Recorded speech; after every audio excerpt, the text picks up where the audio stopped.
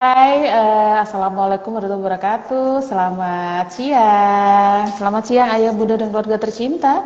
Hari ini kita lagi Instagram Live nih dengan dokter kesayangan kita, dengan dokter Deti Nur Irawati. Beliau adalah spesialis penyakit dalam dari RS Kadang Sari Mer Surabaya. Hari ini akan kita bahas tentang all about diabetes di apapun, tentang diabetes, penyebabnya, kendalanya atau ciri-cirinya.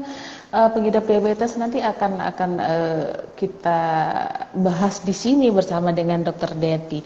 Boleh nanti para parents kalian ayah bunda bisa ketik di kolom komentar, nanti ada beberapa pertanyaan nanti akan kita bahas bersama Dokter Deti. Dok, kita langsung masuk aja ke materi singkat aja dok tentang diabetes. Selain nanti kita ada beberapa pertanyaan yang sudah masuk dok, ada sekitar 15-an pertanyaan sudah masuk, nanti akan kita bahas ya dok ya. Silakan dokter. Oke, terima kasih Mbak Dina. Assalamualaikum warahmatullahi wabarakatuh. Waalaikumsalam.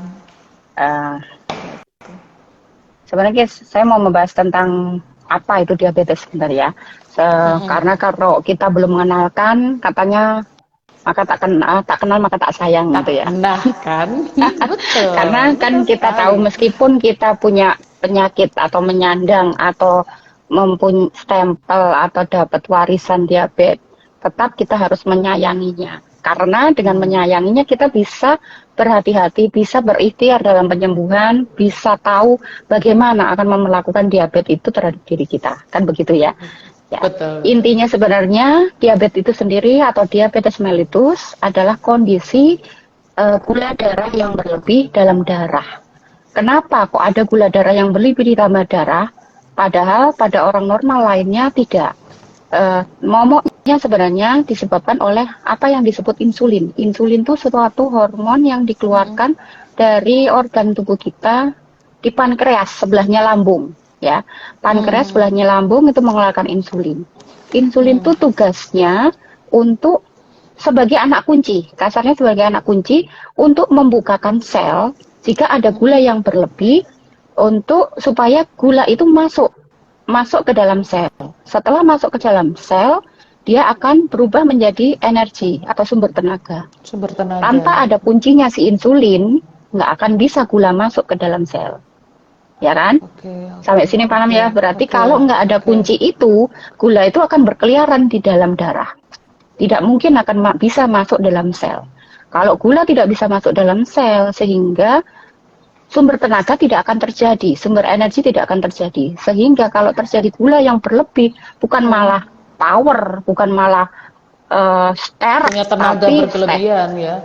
Ster, kayak bahasa saya kayak orang dulu banget. Sterk dok. Itu bahasanya mak saya sterek. Enggak, itu bahasa Jawa tapi bukan bahasa Jawa tapi yang kayak adere gitu. Lah ya, kekar kan dok? Iya, semacam dok? Itu. Ya, sterek kalau orang Jawa bilang. Nah, kalau itu akhirnya gula yang berlebih itu malah bikin lemes. Karena tadi nggak dijadikan energi. Itu dulu yang dipahami. Jadi masalahnya itu di insulin. Kita semua punya insulin.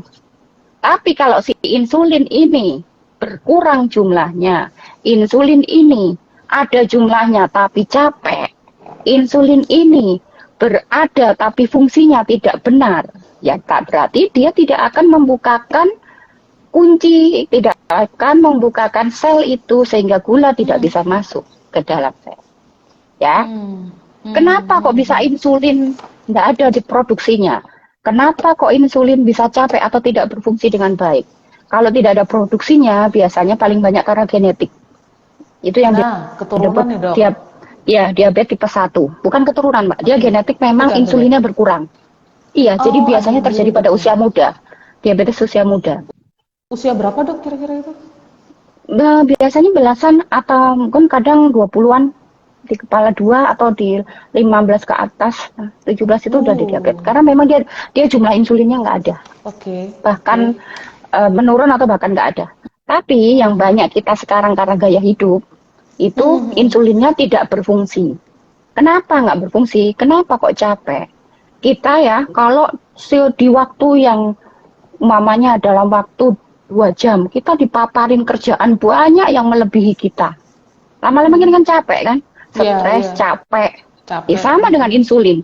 Kalau makanan gula yang berlebih dipaparkan terus di dalam darah, harusnya kan insulin bukain kunci. Lama-lama kan dia capek. Gula ini datang terus sih. Nah, dari gaya hidupnya karena banyak sering makan manis, banyak mager. Seperti itu akhirnya gulanya Nah, numpuk-numpuk terus, akhirnya dia lama-lama dibiarin lah. Ada gula berlebih. Capek aku. Tunggu nanti aja lah gitu. Sekalian kerjanya dia pikir begitu. Jadi akhirnya gula tetap akan tinggi di dalam darah. Itu sih poinnya kenapa disebut diabetes meletus atau kencing manis. kencing Jadi manis. masalahnya di insulinnya. Masalah di insulin tadi, Dok ya. Dok, Ya, kadar gula gula darah normal itu berapa sih, Dok, biasanya? kadar gula normal bisa ditahui dari puasa atau dengan acak. Kalau Acak, puasa kita pakai patokan 126. Kalau dia 126. kalau Oke. dikatakan diabetes jika dia lebih atau sama dengan 126. Kalau Hmm. gula acak di atas atau sama dengan 200. Hmm. Maksimal ya, Dok ya, itu ya 200 itu. Ya, Acak ya. 200. Mm. Oke, oke. Dok, tadi saya tertarik sama dokter menyampaikan tadi ada tipe satu. Emang ada berapa tipe sih, Dok, untuk diabetes sendiri itu? Secara garis besar sebenarnya cuma ada dua, DM tipe 1 dan DM tipe 2. DM tipe DM tipe 1 1, itu oke. genetik, di mana insulinnya memang tidak ada atau sedikit sekali jumlahnya. Tidak ada sama sekali, bisa juga masuk tipe satu, Tidak Dok? ada. Iya, Oke, tipe 1 tidak ada oke. sama sekali atau Oke. memang sedikit sekali. Kalau DM tipe 2 itu ada insulinnya tapi bermasalah insulinnya. Jadi Maksudnya memang bermasalahnya bagaimana, Dok? karena Heeh. karena capek tadi Oh, atau karena oh iya, ada oke, penyakit penyerta bawah lain yang lain, menyebabkan oke. terpaparnya, iya. Tapi ada Oh, lagi oke. jenis diabetes lain yang mungkin banyak ini yang saya jumpai di Kendang Sari Mer ya. Yang Hmm, disebut adalah diabetes gestasional atau diabetes pada kehamilan. pada kehamilan. Nah, ini menarik Hmm. sekali nih. Apakah diabetes kehamilan itu pasti ibunya diabetes? Belum tentu. Karena Oke. bisa saja diabetes kehamilan itu masalahnya pada saat kehamilan saja. Jadi memang ada masalah gangguan insulin yang disebabkan bisa karena hiperlipid atau meningkatnya eh, lemak dari si ibu, atau bisa juga karena adanya hormon-hormon yang dikeluarkan pada saat hamil. Jadi sifatnya itu adalah tidak permanen. Jadi hanya pada saat hamil. Hamil Kalau sudah saja dia akan ada ya, muncul ya, Dok ya? iya, kalau sudah hamil Oke. selesai biasanya dia akan kembali normal karena hormon-hormon itu sudah hilang dan bisa jadi karena pola makan ibu juga sudah lemak yang berlebihan juga sudah hilang atau menurun. Hmm. Tapi ada juga diabetes tipe 2 yang hamil. Ya berarti memang ibunya sudah sebelumnya. Biasanya Sebelumnya memang sudah kita ada, tahu dari sudah iya, bawaan. kita tahu dari riwayatnya. Iya, saya memang udah diabetes pada saat sebelum hamil. Nah, berarti itu bukan DM gestasional. Itu adalah diabetes tipe 2 dengan kehamilan. Beda ya namanya berarti. Oke, Kalau oke. Berarti, gestasional oke. berarti masalahnya memang dari kehamilannya saja.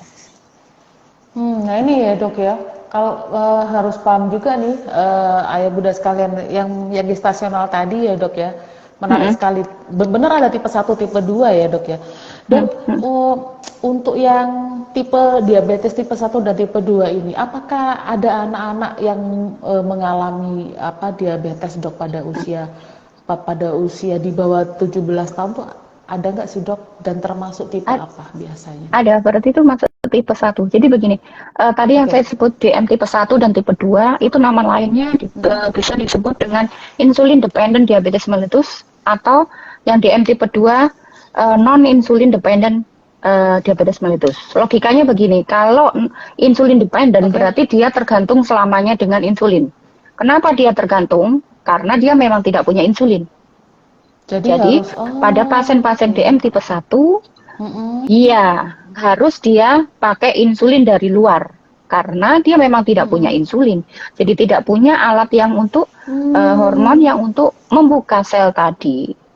Biasanya memang memang dekade 2 ya yang paling banyak umur 20-an biasanya. Atau saya pernah menemukan juga sekitar umur 16-17 pernah saya juga.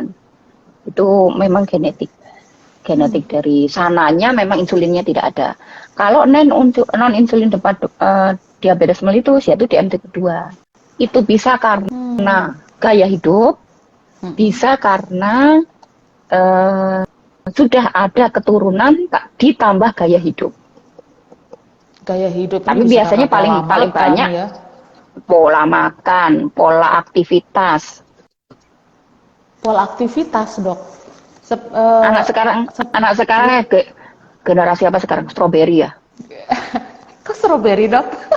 Ya katanya gitu sekarang, yang milenial strawberry katanya. Apa sih Kalau namanya kok bisa generasi strawberry itu katanya tidak bisa menunda keinginan yang dia. Jadi apa-apa diturutin ya, salahnya parenting orang tua ya, salah kita juga, salah saya juga kadang-kadang. Jadi kadang-kadang Oke. apa-apa memang fasilitas jadi akhirnya dia punya kebiasaan tidak bisa menunda keinginan, maunya segera diturutin. Itu katanya gitu. Saya dengerin di TikTok, Mbak. Ah, gitu. Wah, ini dong. Ya, Dokter nah, aja generasi cari. enggak cuma buat lihat-lihat aja. Kalau generasi strawberry itu kan banyaknya mager, makannya gaya hidup seperti itu, minuman kekinian, makanan kekinian tuh, merek banyak itu. Bombardir gula-gula yang berlebihan, kemudian dia tidak banyaknya pegang handphone aja, tidak pernah aktivitas olahraga, tidak pernah keluar, ya kan? Nah, Semua kalau nggak gadget gitu, ya kan? Iya, betul sekali. Dok, kayaknya pasca pandemi ini banyak yang setelah pandemi banyak yang mengidap diabetes tipe 1. Ya, karena kadang-kadang di tipe 2, Mbak. Tipe 2. Sorry, tipe 2. Tipe 2, sorry. Karena kenapa? Kadang-kadang ya waktu kita pandemi, itu kan kita maunya kan membuat tubuh kita sehat ya, niatnya. Takut mati. Saya juga termasuk, tapi saya sempat gemuk pada saat pandemi, memang sempat gemuk saya. Saking kan saya juga kerja di area rumah sakit lain, tapi yang saya ngurusin tentang COVID, ya kan? Di situ karena yaitu sangunya belum banyak, takut mati, Mbak. Akhirnya banyak makan, lupa kalau saya sendiri punya, untungnya saya nggak kena diabetes. Bapak saya almarhum memang ada diabetes. Hati-hati pada yang punya warisan istimewa dari orang tua. Warisan ya, Dok ya, warisan kan nggak selamanya uang ya, Mbak ya. Warisan gini ya harus diterima lah. Enak juga kok, Dok, namanya warisan kan enak gitu. Enak, berarti kita diajak diet, diajak belajar sehat akhirnya. Karena kita udah warning, ada orang tua. Nah itu itu yang akhirnya banyak orang-orang yang salah makan, akhirnya makannya berlebihan, banyak karbo, banyak manis-manis karena terus biasanya biasa nge-gym, keluar takut. Kan pandemi gitu akhirnya. Bukan dia nggak mau kadang dulu. Padahal di dalam rumah pun kita bisa melakukan olahraga apapun kan. Mau stretching, mau apa, tergantung niat kan. Jangan nyalain pandeminya. Kadang-kadang kita nggak mau niatnya, tapi pandeminya. Itu nggak nyalakan yang lain kok. Saya sendiri kadang-kadang juga gitu. Niat berolahraga itu sulit sekali memang. Harusnya. Betul banget. Dok, ini Dok beberapa faktor. Ini kita bahas dulu tipe 1 dulu ya, Dok ya. Terdapat beberapa faktor risiko untuk penyakit gula tipe A itu tipe 1 antara apa aja sih, Dok? Seperti ada riwayat dari keluarga atau keturunan, apakah ada faktor lain? Itu memang apa ya? Memang sudah dikasih sama Allah, anugerah Allah, dia genetiknya memang seperti itu. Spesial. Ya, kalau ada anak kebutuhan khusus, ya seperti ini lah, karena kebutuhan spesialnya dari Allah gitu. Kita nggak tahu hikmahnya apa ya, tapi sama sekali ya, Dok ya. Iya, tidak ada sama sekali insulinnya. Ini kan juga jadi akhirnya harus bisa mandiri memasukkan insulinnya sendiri. Itu seumur hidup, Dok. Iya, dan itu yang kasihan kadang-kadang kalau tidak dibekali oleh oleh DM tipe 1 itu apa, dia harus tergantung. Banyak yang stres, akhirnya capek untuk insulin. sekali dia nggak insulin, mungkin kalau DM tipe 1 nggak insulin sekitar 3 hari sampai 4 hari, ya udah gulanya bisa langsung 600-700. Tapi kalau yang DM tipe 2 mungkin masih nggak terlalu tinggi karena dia masih ada insulin-insulin lain, hanya dia kan capek. Jadi kan fungsinya masih ada berapa persen. Nah, kalau DM tipe 1 kan nggak ada. Ini dok yang bikin saya tertarik. Ada beberapa orang mungkin ya dok ya, orang A dia gula darahnya itu 600, yang B gula darahnya itu juga sama-sama 600. Tapi kenapa yang A ini lebih kuat daripada yang B? Nah ini mungkin penggolong dari tipe 1 sama tipe 2 jadi tadi ya dokter sampaikan tadi dok ya. Karena kan ada yang sampai 600 sampai pingsan gitu dok ya, sampai pingsan, sampai harus rawat inap gitu. Ada yang tidak. Ya, kalau ekstrimnya memang beda sekali. Kalau DM tipe 1, kalau tinggi itu pasti sudah masuk ICU biasanya. Tapi ada antara beberapa DM tipe 2 yang sama-sama 600 tapi dia baik-baik saja. Kenapa? Karena kadang-kadang tubuh kita masih punya sistem kompensasi atau gini. Kalau umpama ya tadi kita punya 10 insulin. Misal gitu kasarnya ya 10 insulin. Yang 6 lagi capek. Ya kan? Yang 4 ini masih fit. Dia akan bertugas bagaimana caranya tugasnya yang 6 itu akan dilakukan oleh yang 4 tadi. Itu memang sistem kompensasi dari tubuh. Kerja keras dong akhirnya yang 4 dok. Ya, tapi kalau keterusan ya capek semua. Jadi tergantung posisi di mana capeknya si insulin tadi. Sebenarnya kalau sama-sama kecapeannya sama, gangguan fungsionalnya gangguan fungsinya sama pada insulin, 600 sama-sama 600 pasti ada keluhan. Cuman 600 pasien A itu dalam kondisi masih ada yang aktif atau 600 yang pasien B semua udah capek. Ya kan?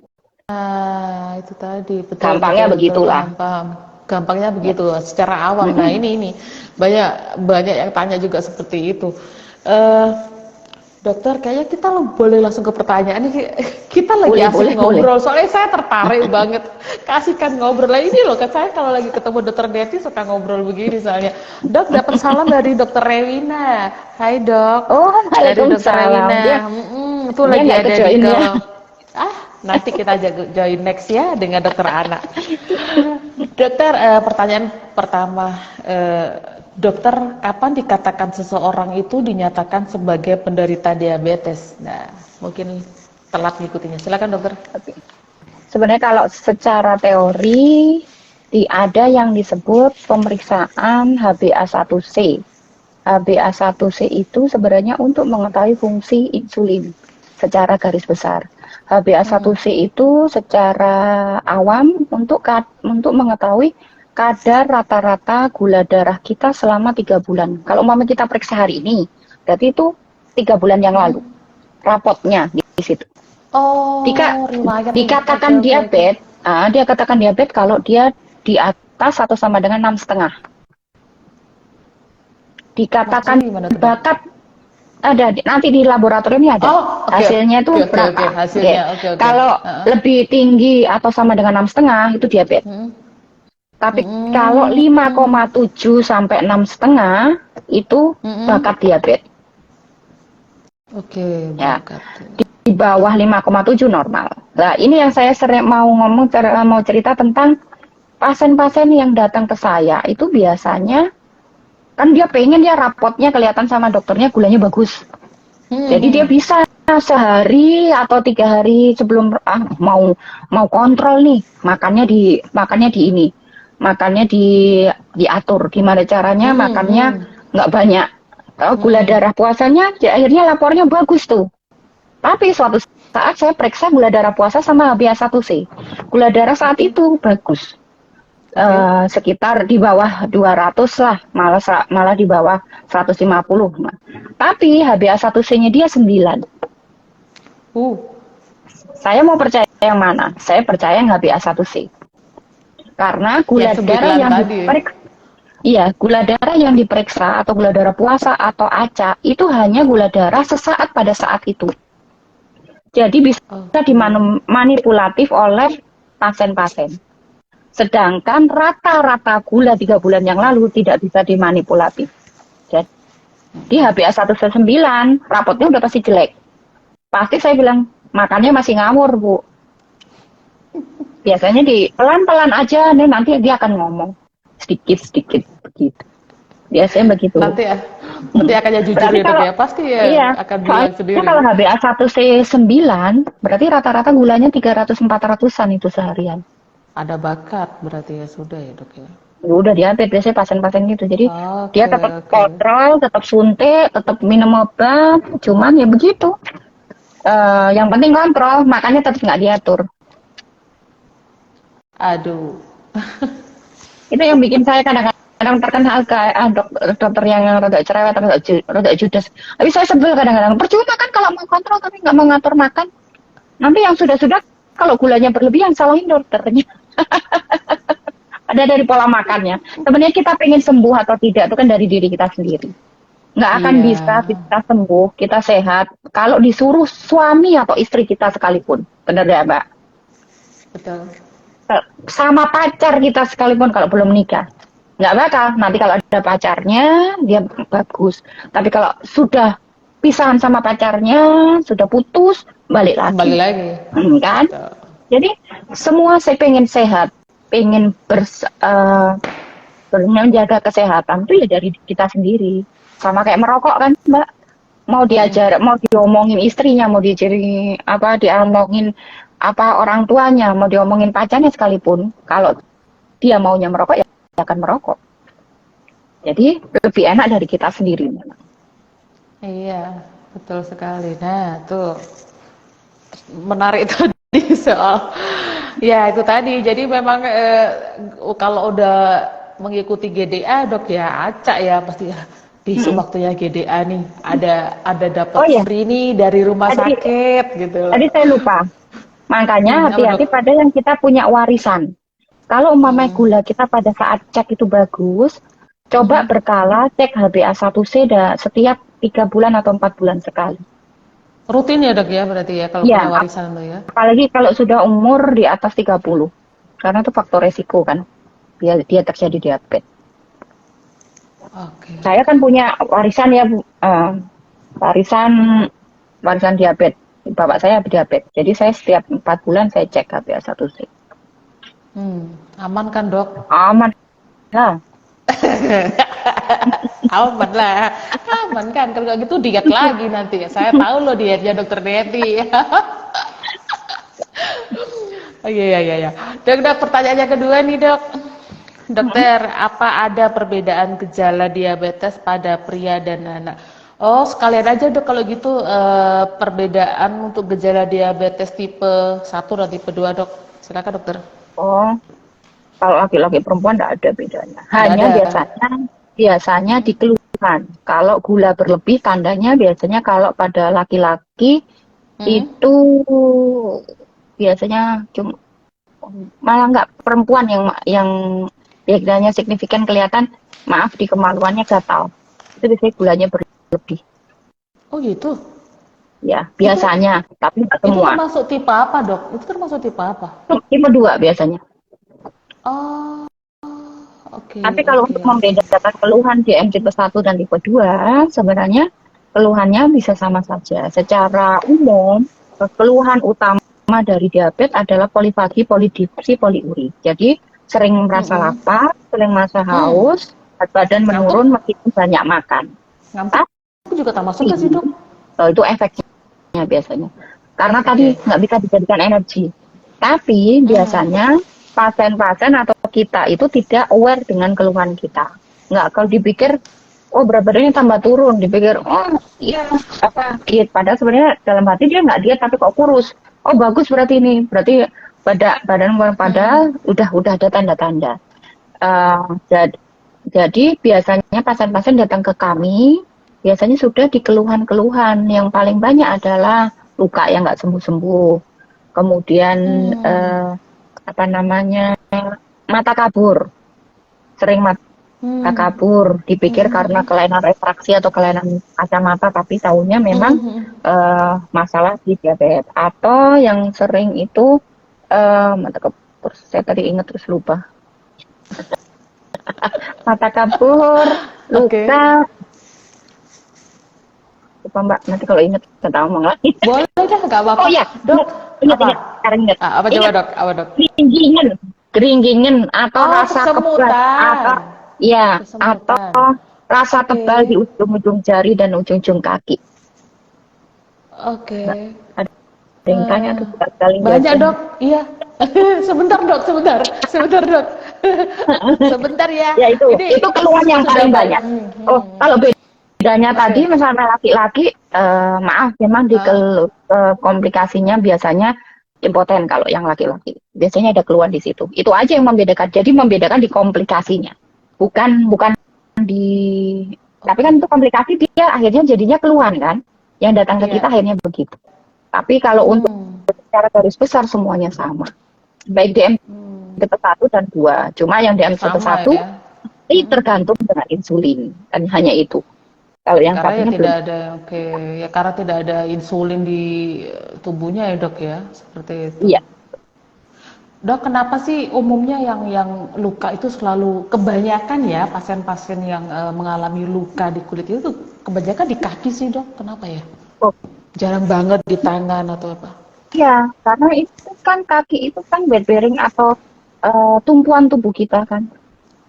Oh gitu. Tumpuan tubuh kita biasanya pasien-pasien diabetes banyak-banyak juga obesitas kan atau berat badan Mm, berlebih mm, lah. mm, mm, Jadi mm, mm, mm. tumpuan tumpuan tubuh kita banyak berjalan mentumpu lama-lama bergesek dan banyak-banyaknya karena pola yang tidak suka anu ya pakai sandal atau pakai alas kaki dan Hmm.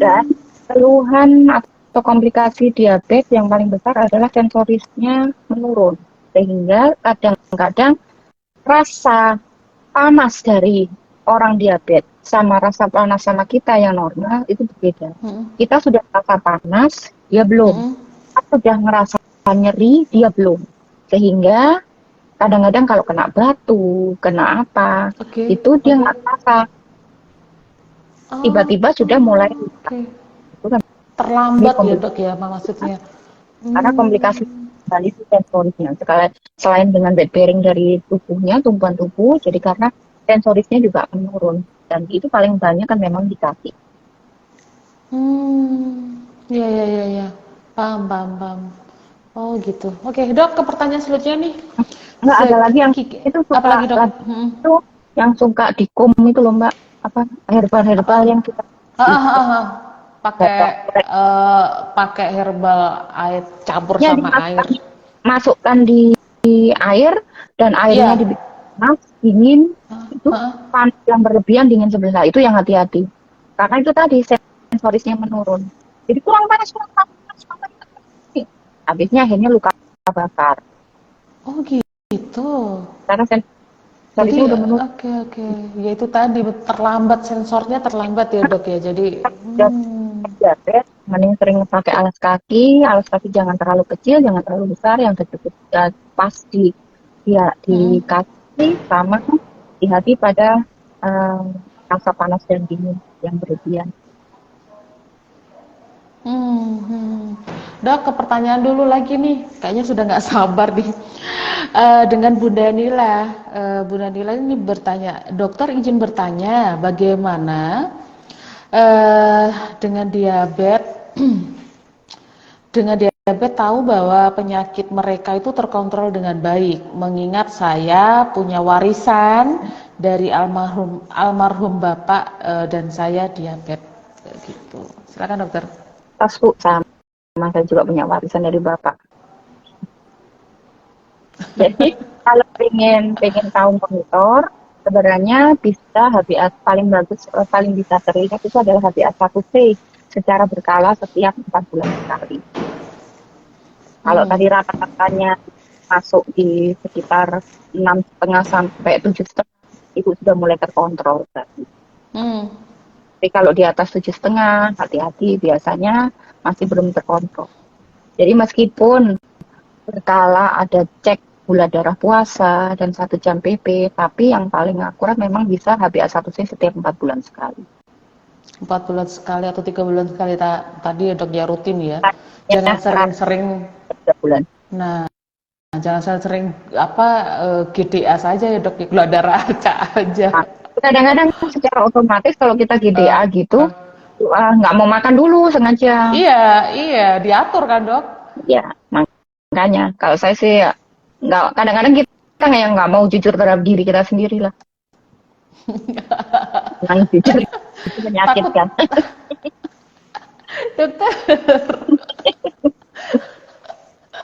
Dokter lagi dong pertanyaannya, kayaknya ini kelanjutan dari Bunda Nila. Bunda Nila ini bertanya, dokter caranya biar istiqomah menahan makan agar kita bisa mengontrol menahan makan penyebab diabetes, mengingat makan makanan sekarang banyak variasinya dok. Ayo Bunda Nila ini suka jajan ya, suka makan kalau malam ya, ketahuan nih kayaknya dok. Silakan dokter. Sebenarnya sama yang tadi udah bilang, niat hidup, niat sembuh, niat kalau kita punya diabetes, niat diabetes terkontrol itu hanya dari kita sendiri. Makanan itu ya mau dibentuk model variasi kayak apa, rasanya juga kayak gitu kan. Kalau sebenarnya bukan saya nggak boleh, umpamanya pengen manis ya, umpamanya saya kok pengen apa, umpamanya kayak semacam boba gitu ya. Tapi kita harus apa yang kita makan saat itu kira-kira kalorinya berapa, manisnya seberapa tinggi. Umpama sehari ini, umpama ini bukan puasa ya, hari ini makan siang, aku pengen boba, gitu, 1 gelas ya. Cari tahu 1 gelas boba itu berapa kalori. Setahu saya, 1 gelas boba itu bisa dengan setara dengan 1 sendok centong makan nasi. Satu entong nasi setara dengan kita makan sedikit boba itu tadi. 1 gelas boba itu, yang small. Ya. Sekarang hidup itu kan pilihan ya Mbak ya. Saya kembali pada kita sendiri masing-masing. Mau makan kenyang atau mau minum kekinian. Kalau makan nasi, saya bersahabat sama nasi kan.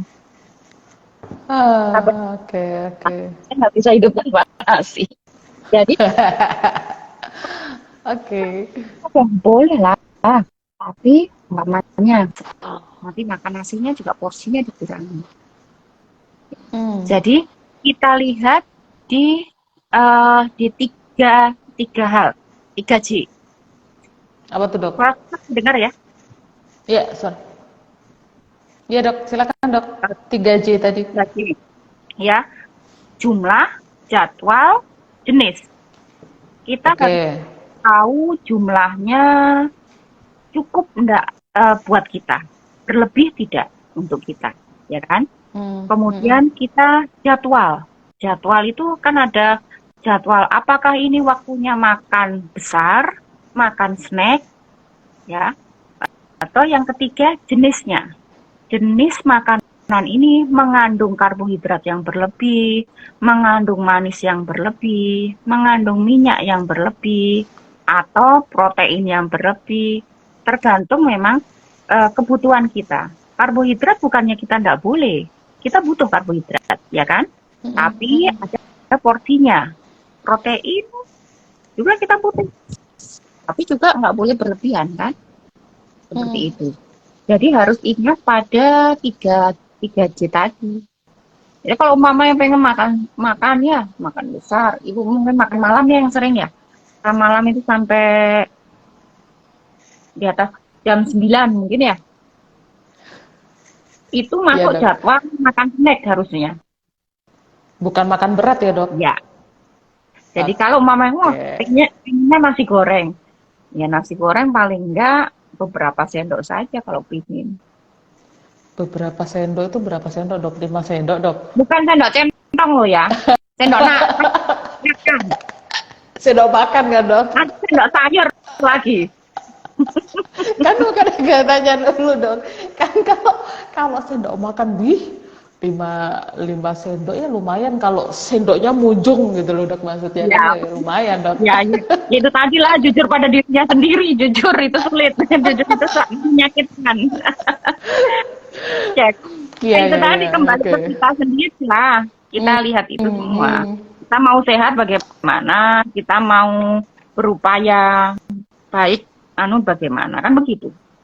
hmm, betul Makanya cek sekali. kembali lagi, kalau sudah di umuran di atas 30, paling makan ya gitu-gitu aja kan rasanya. Gitu ya Lapar dok ya. makan, kan? Ya nggak? Betul betul. Dok, tanya nih, apa benar sih dok apa gula atau nasi nasi baru dan nasi kemarin itu ada bedanya kandungan gulanya ya dok ya? Sama aja, Yakin dok? yakin. Malah nggak Nah enak. kan? Paling gini loh kalau saya, gini, Gimana dok? kalau makan nasi lama, kan ada yang Nasi kita kemarin. makan nasi kemarin tuh malah nggak suka Heeh, ya. Nah, heeh. biasanya makannya jadi sedikit. Kalau makan yang baru mateng itu kan enak, Hmm, pemepul, ya betul. kan? Nah, Hmm, akhirnya makannya hmm. banyak. Jadi bukan masalah beda tidaknya, tapi beda di jumlah, ya kan? Kembali ke jumlah lagi kan? 3J tadi. Tetap aja sama ya. Iya. Yang Tetap aja sama ya. membedakan adalah jenis dari nasinya. Misal nasi merah, nasi hitam, Hmm, nasi hmm, putih. hmm, Kemudian hmm. ada kayak shirataki, itu tergantung glikemik indeksnya. Cepat menyebabkan gula berlebih. Atau pasta. Enak dok itu Gitu. pasta dok. Pasta itu pasta itu gak ada tok. Pasta itu sakjane sama aja, glikemik indeksnya juga tinggi. Cuma memang Enak. em, seratnya bedanya sama nasi putih, bedanya hanya seratnya di pasta lebih tinggi gitu aja. Tapi sama Kan? aja. Tapi sama aja dok ya. Apalagi pasta yang Kembali ke dicampur sama 3J, krim. jumlah jadwal Jum, jenis. Sudah, itu aja lah.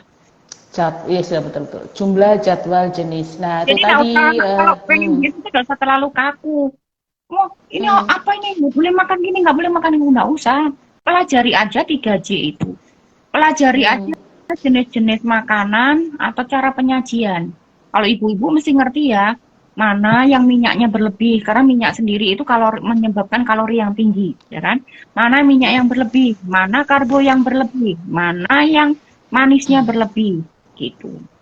Kadang juga ada ini yang sering menyesatkan.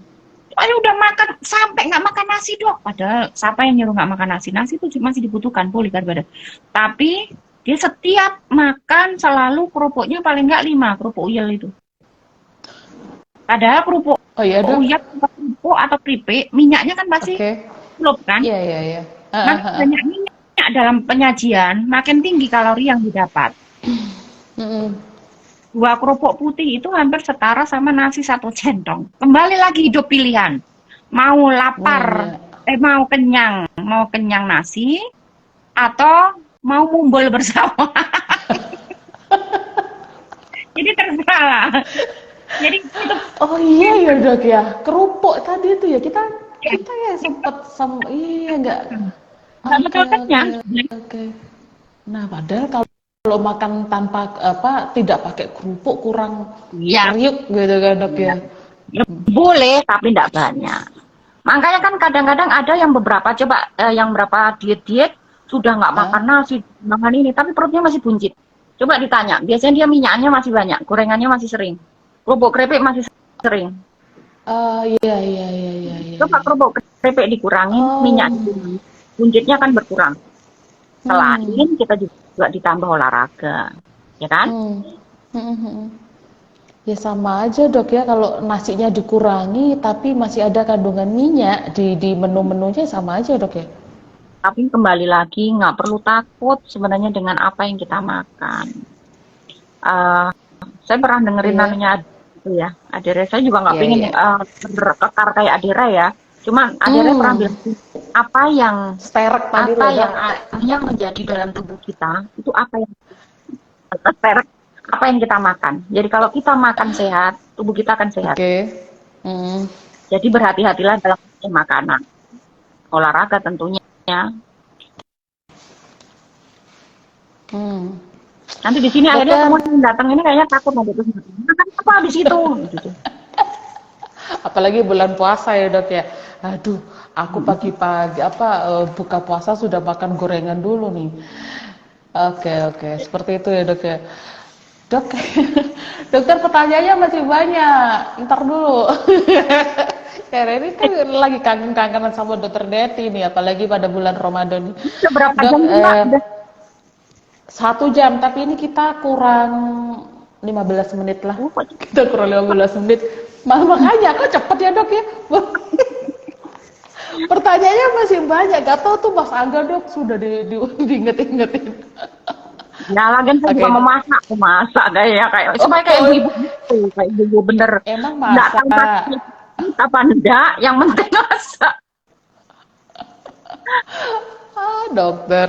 Dokter, ada pertanyaan lagi nih. Dokter, bedanya diabetes basah dan kering itu apa sih dok bedanya dengan tipe yang tadi dokter sampaikan juga dari Bunda Amel? Silakan dok.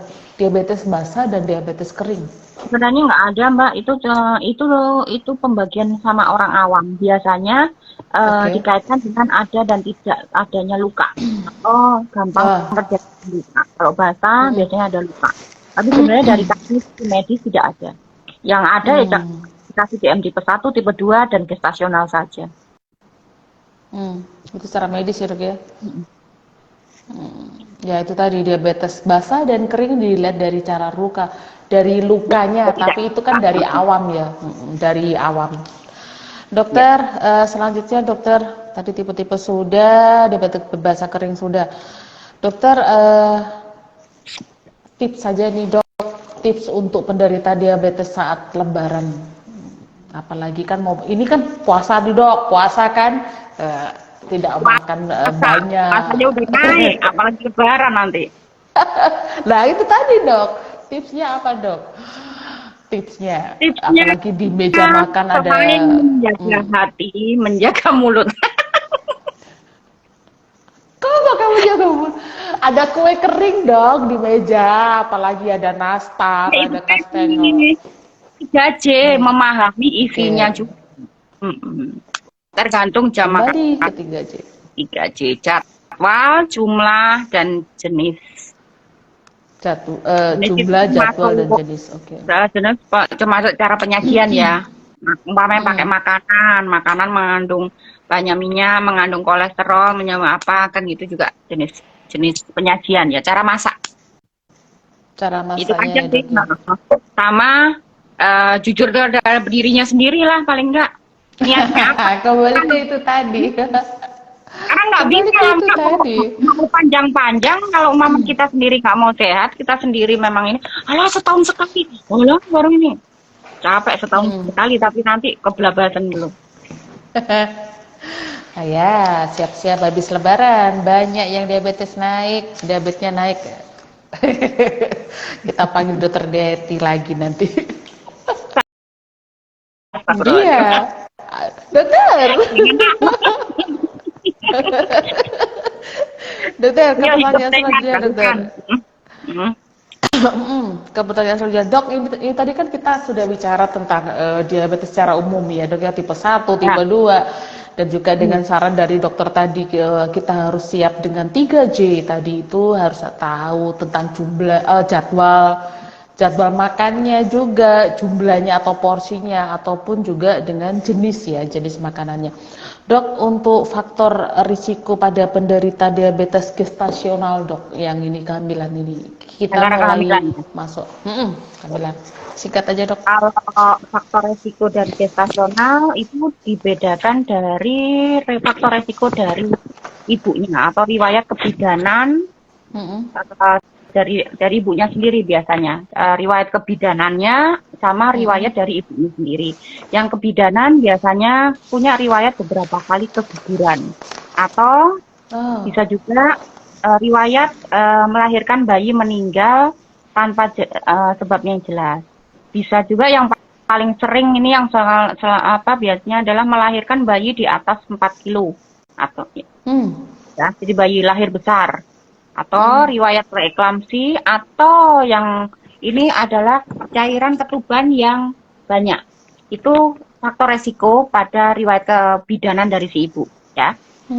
Tapi kalau faktor resiko dari si ibunya sendiri, biasanya karena umur pada saat hamil itu lebih dari 30 tahun. Atau punya diabetes pada riwayat keluarganya. Dalam keluarganya punya riwayat penyakit keluarganya. Jadi kayak tadi warisan. Warisan tadi. Jadi harus hati-hati. Kemudian ada riwayat diabetes gestasional sebelumnya. Jadi ini hamil anak kedua, anak pertama sudah ada riwayat DMG atau diabetes gestasional, ya.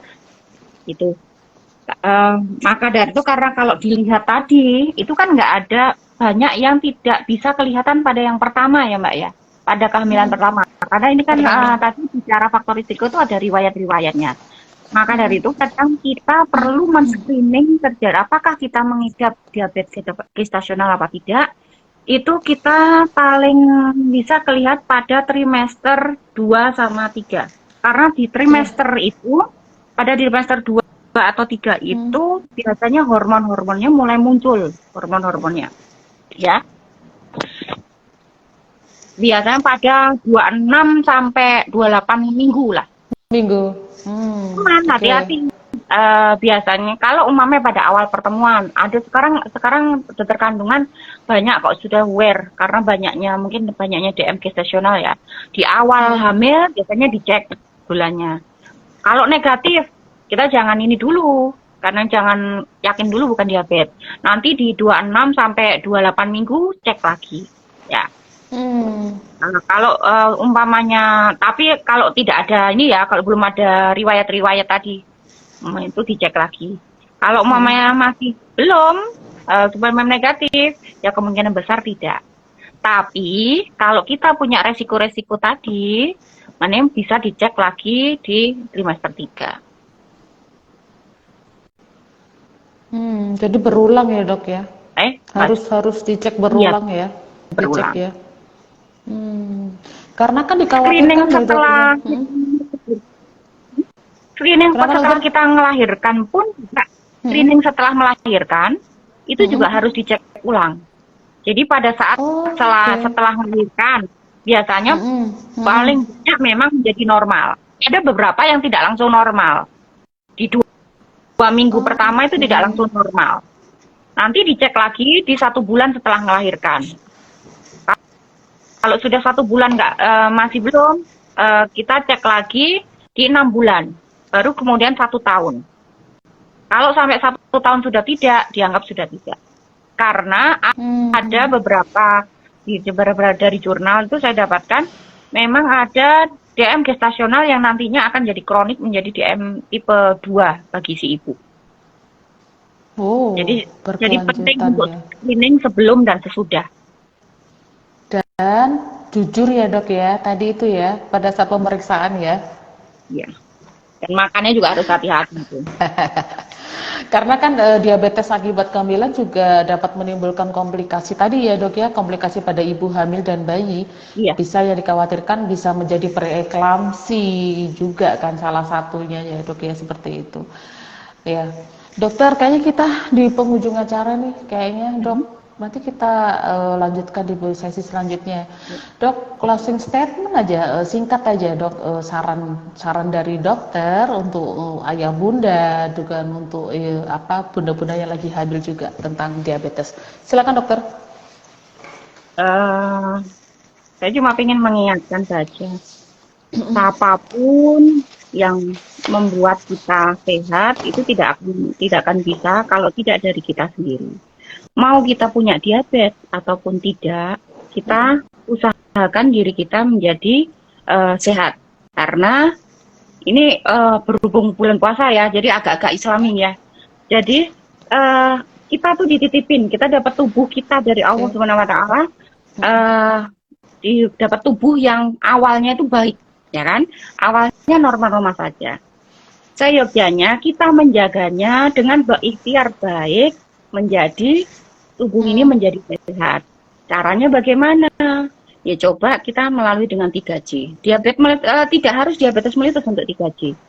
Semua bisa diterapkan untuk 3J. Jadi kita tidak usah terlalu takut untuk makan ini, makan itu. Asal kita tahu 3J tadi. Jumlah, jadwal, dan Jadwal, jenis. itu mungkin.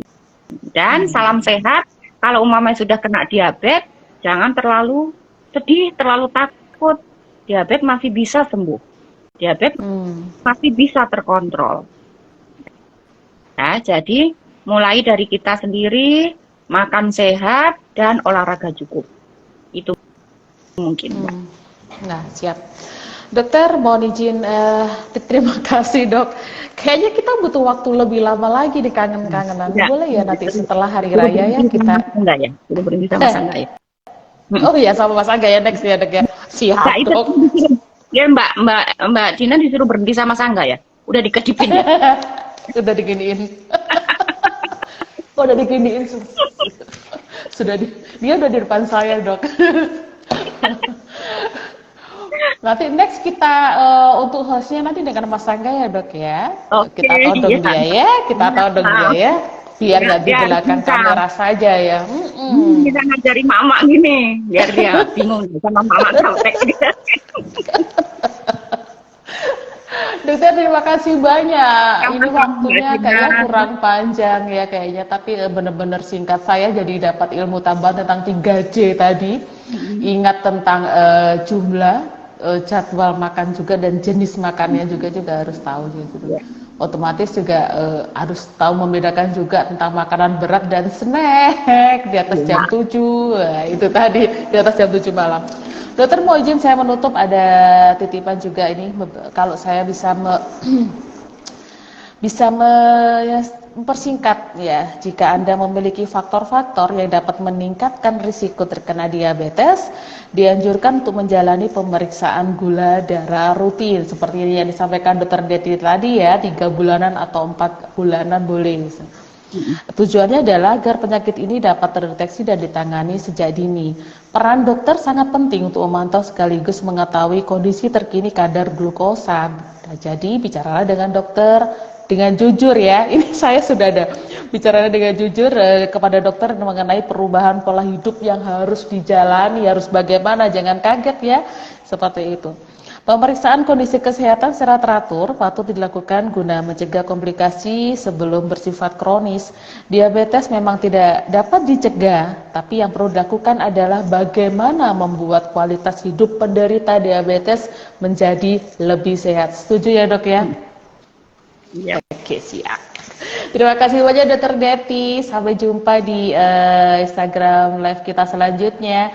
Selamat menunaikan ibadah puasa dokter. Salam untuk keluarga tercinta. Mohon izin menutup. Wassalamualaikum warahmatullahi wabarakatuh. Selamat siang dokter. Mbak Dina. Iya dokter.